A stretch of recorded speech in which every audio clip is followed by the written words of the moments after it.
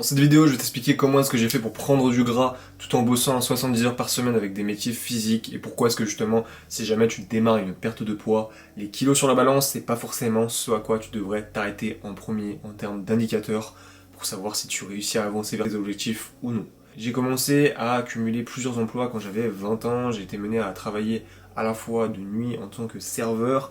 en mise en rayon, et en plus de ça, dans une usine où justement je mettais des ustensiles dans des colis pendant une certaine période parce que j'avais besoin d'argent pour financer des formations pour mon métier ou également acheter du matériel. Par rapport à tout ça, j'ai été mené justement à sécréter énormément de cortisol, l'hormone du stress, et malgré le fait que je bougeais toute la journée, que je marchais, que je soulevais des colis, je me suis retrouvé pas à avoir un poids qui changeait sur la balance, mais pour le coup, quand je me regardais devant le miroir, je voyais bien que justement j'avais stocké plus de gras que d'habitude. Tout simplement parce qu'en fait, mon corps était continuellement en alerte. Le pire, c'est qu'en plus à ce moment-là, j'avais pas forcément ajusté mes entraînements, donc je continuais de m'entraîner toujours énormément chaque jour. Donc ça, plus ça, plus ça, du matin au soir, je n'arrêtais pas, je dormais pas forcément assez, et donc ce qui fait qu'en conséquence, je me retrouvais à stocker du gras, surtout au niveau des centimètres de tour de taille. Et c'est pour ça que je voulais parler de cet indicateur-là en priorité justement. Beaucoup de régimes de perte de poids nous parlent du fait qu'on va réussir à perdre 5, 10, 15 kilos en 16 semaines, en 3 mois, parfois en un mois même.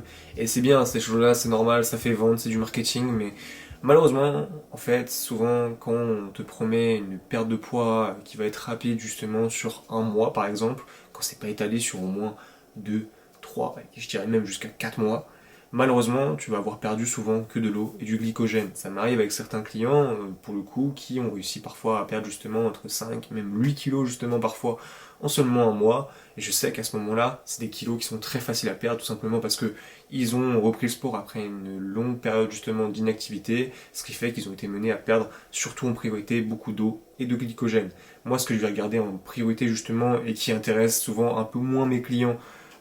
en général, alors qu'en réalité c'est le premier indicateur qui va être intéressant pour la perte de poids, ça va être les centimètres de tour de taille. Pourquoi? Parce qu'en fait cette zone-là, c'est souvent justement la zone dans laquelle on va être mené à stocker le plus facilement du gras, nous les hommes, au niveau du ventre et au niveau des poignées d'amour. Et c'est vraiment à cet endroit-là qu'on veut réussir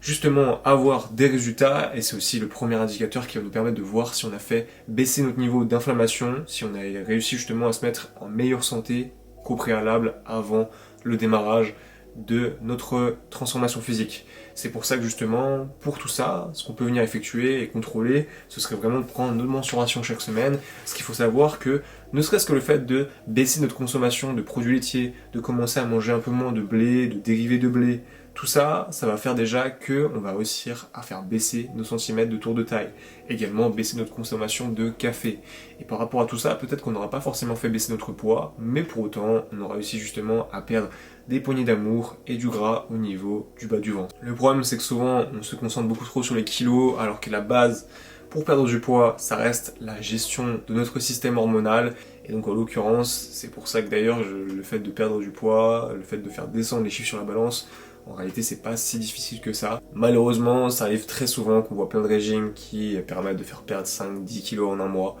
Parfois, c'est pas forcément délétère si c'est vraiment avec un type de profil en particulier, mais ça veut pas dire qu'on a eu vraiment de réels résultats intéressants sur la santé de la personne de manière générale. Également, un autre indicateur justement qui est intéressant de surveiller, ce serait de venir prendre ses mensurations sur d'autres parties du corps, par exemple le tour de poitrine, le tour de bras. Toutes ces choses-là vont nous permettre de voir si on arrive à prendre de la masse musculaire également ou non. Parce que souvent, si on se remet à faire du sport après une longue période d'inactivité, eh bien, ce que je vais venir effectuer, ça va être un petit peu de musculation, parce que ça va vraiment me favoriser justement ma perte de poids, ça va me permettre d'augmenter mon métabolisme au repos, contrairement à si je ne fais que du cardio. Dès que je vais louper une séance, malheureusement, je vais me retrouver à stocker du gras. Donc par rapport à tout ça, c'est vraiment important de venir mettre un petit peu de musculation, et souvent justement au fur et à mesure des semaines, je vais avoir pris de la masse musculaire, donc en conséquence, évidemment, je vais pas avoir fait forcément baisser le poids autant que je le voulais, mais pour autant, c'est pas néfaste. Demain, si je veux avoir un physique qui est plus esthétique, le fait d'avoir plus de masse musculaire, ça va vraiment m'être utile. C'est pour ça que finalement, on devrait beaucoup plus s'arrêter en termes d'indicateurs pour réussir à faire une perte de poids sur les centimètres de tour de taille, et non en réalité toujours ces kilos qui finalement ne veulent pas dire grand chose. Si demain par exemple j'arrive à perdre 5, 10, 15, 20 centimètres de tour de taille, c'est pas juste esthétique pour le coup. C'est que par exemple l'énergie de mon client elle a vraiment explosé, son sommeil est déjà forcément plus réparateur, c'est sûr et certain. il sécrète certainement aussi moins de cortisol, il a une glycémie qui va être beaucoup plus stable, et c'est ça qui derrière justement va être favorable pour qu'il puisse réussir à maintenir ses résultats sur le long terme, contrairement si on s'arrête sur cette fameuse perte de poids de 10-15 kilos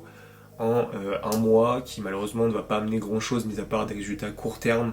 Peut-être que je vais être beau sur la plage pendant 3 semaines, mais à part ça, derrière je vais me retrouver à tout reprendre, parfois ça va être encore plus que ce que j'avais au démarrage, et malheureusement je vais avoir saboté mes efforts, je vais avoir accumulé de la frustration, tout ça juste parce que je me suis pas concentré sur le bon indicateur. Si jamais t'es un homme et que t'as entre 5 et 23 cm de tour de taille à perdre, et tu souhaites faire tout ça sans avoir à sacrifier ton agenda, je te laisse cliquer sur le lien dans la description pour réserver ton rendez-vous de rotation offert, ça nous permettra de faire le point sur ta situation et pour voir justement exactement qu'est-ce que l'on peut mettre en place pour que tu puisses réussir à parvenir à atteindre tes objectifs sans avoir à bousculer ton emploi du temps. Si jamais je vois que je peux t'aider, je t'expliquerai un peu plus comment ma méthode fonctionne. Si jamais je vois que je peux pas t'aider, j'hésiterai pas à te rediriger vers quelqu'un d'autre ou à t'expliquer et à te donner des conseils tout simplement pour que tu puisses quand même avancer par toi-même. On se dit à la prochaine vidéo, n'hésite pas à me dire ce que tu en as pensé dans les commentaires et on se dit ciao.